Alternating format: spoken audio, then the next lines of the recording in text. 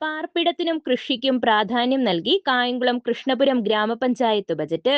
കൃഷ്ണപുരം ഗ്രാമപഞ്ചായത്തിന്റെ 2026-2027 വർഷത്തെ ബജറ്റ് അവതരണം നടന്നു.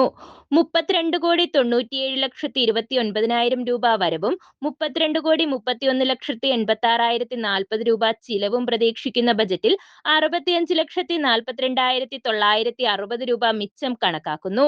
കഴിഞ്ഞ സാമ്പത്തിക വർഷത്തിലെ 1,17,77,303 രൂപ മിച്ചം കൂടി ചേരുമ്പോൾ 1,84,20,263 രൂപ കൂടി മിച്ചമാകും. വൈസ് പ്രസിഡന്റ് സന്തോഷ് വയലിൽ ബജറ്റ് അവതരണം നടത്തി. വരവ് 1,00,000, മറ്റു ഉൽപ്പന്നങ്ങളുടെ വിൽപ്പനയിൽ വരവ് 1,50,000, ഫോമുകളുടെ വിൽപ്പനയിൽ നിന്നുള്ള വരവ് 10,000, ടെൻഡർ ഫോമുകളുടെ വിൽപ്പനയിൽ നിന്നുള്ള വരവ് 2,75,000, സ്ക്രാപ്പ് വിൽപ്പനയിൽ നിന്നുള്ള വരവ് 1,25,000, കാലഹരണപ്പെട്ട ആസ്തികളുടെ ലേലത്തിൽ നിന്നുള്ള വരവ് 30,000. പഞ്ചായത്ത് പ്രസിഡന്റ് ജെസ്സി കോശി അധ്യക്ഷത വഹിച്ചു. പാർപ്പിടം, കൃഷി, റോഡ് വികസനം, യുവജനക്ഷേമം എന്നിവയ്ക്കാണ് ബജറ്റിൽ മുൻഗണന നൽകിയിരിക്കുന്നത്.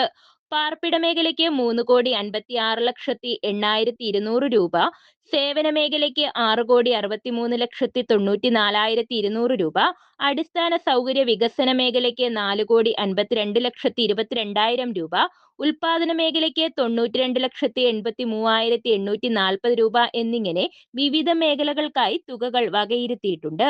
യുവജനങ്ങളുടെ ദീർഘകാല ആവശ്യമായ കളിസ്ഥലം ഒരുക്കുന്നതിന് ബജറ്റിൽ 35 ലക്ഷം രൂപയാണ് വകയിരുത്തിയിട്ടുള്ളത്. പദ്ധതി യാഥാർത്ഥ്യമാക്കുമെന്ന് ദൃഢനിശ്ചയത്തിലാണ് ഭരണസമിതി. കാർഷിക മേഖലയിൽ നെൽകൃഷി, ഇടവിള കൃഷി, കുരുമുളക്, വാഴകൃഷി എന്നിവയ്ക്ക് കൂടുതൽ പ്രാധാന്യം നൽകിയിട്ടുണ്ട്. അംഗൻവാടികളുടെ ഭൗതിക സാഹചര്യങ്ങൾ മെച്ചപ്പെടുത്തുന്നതിനും ബജറ്റിൽ തുക നീക്കിവെച്ചു. News bureau, Kayamkulam.